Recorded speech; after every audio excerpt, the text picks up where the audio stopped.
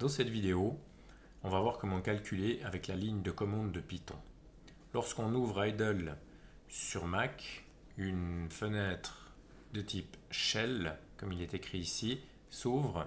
Cette fenêtre nous propose une invite de commande à l'aide de laquelle on peut saisir une expression dont on veut le résultat. Par exemple, un calcul.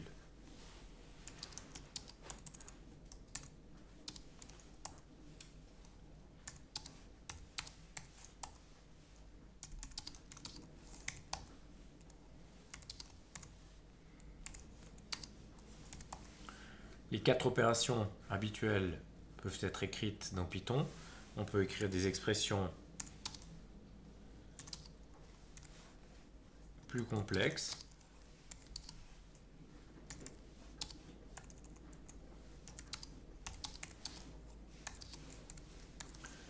Et Python va nous faire la priorité des opérations. La division est une division qui nous renvoie un nombre à virgule flottante. Et on peut aussi calculer avec des puissances, par exemple des puissances entières. On peut calculer des carrés, des cubes, etc. On peut calculer des grosses puissances en utilisant le bon opérateur, bien entendu, qui nous permet d'obtenir des nombres très gros, beaucoup plus gros que ceux que la calculette type T30 peut nous proposer, ce qui fait l'intérêt de Python, travailler avec des gros nombres entiers par exemple. On peut également utiliser la fonction puissance pour extraire des racines. Donc si je fais 2 à la puissance 1/2, j'obtiens la racine de 2. Je peux obtenir aussi la racine cubique. Ici, sous la forme d'un flottant, même si le nombre donné est un entier au départ. Donc Python, tout d'abord une grosse calculette. On peut aller plus loin au niveau mathématique en utilisant un module. Qu'est-ce qu'un module?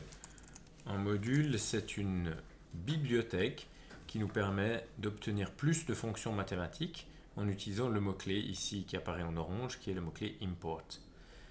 Le nom du module mathématique s'appelle math, je l'importe et je peux observer, je peux voir qu'il y a un certain nombre de fonctions à disposition. Par exemple, la fonction racine carrée, square root, donc la fonction sqrt nous renvoie la racine carrée, mais lorsque j'ai importé le module, je dois ici exprimer le fait que je vais aller chercher la fonction sqrt du module et non pas uniquement la fonction sqrt, donc c'est une très bonne erreur, et je peux calculer ceci. Il y a d'autres fonctions dans le module mathématique que je peux obtenir à l'aide de la commande help math, et je vois qu'il y a toutes sortes de fonctions, des fonctions trigonométriques qui travaillent avec des angles mesurés en radians, donc c'est pas tout à fait comme les fonctions trigonométriques habituelles d'une calculette, et puis d'autres fonctions qui peuvent être intéressantes comme des fonctions logarithmes, une fonction pour calculer des puissances, et puis des nombres prédéfinis, par exemple pi ou e. Et comme j'ai utilisé la commande import math, je dois utiliser la notation point à l'aide du point pour accéder en fait aux fonctions, aux noms des fonctions qui sont dans ce module.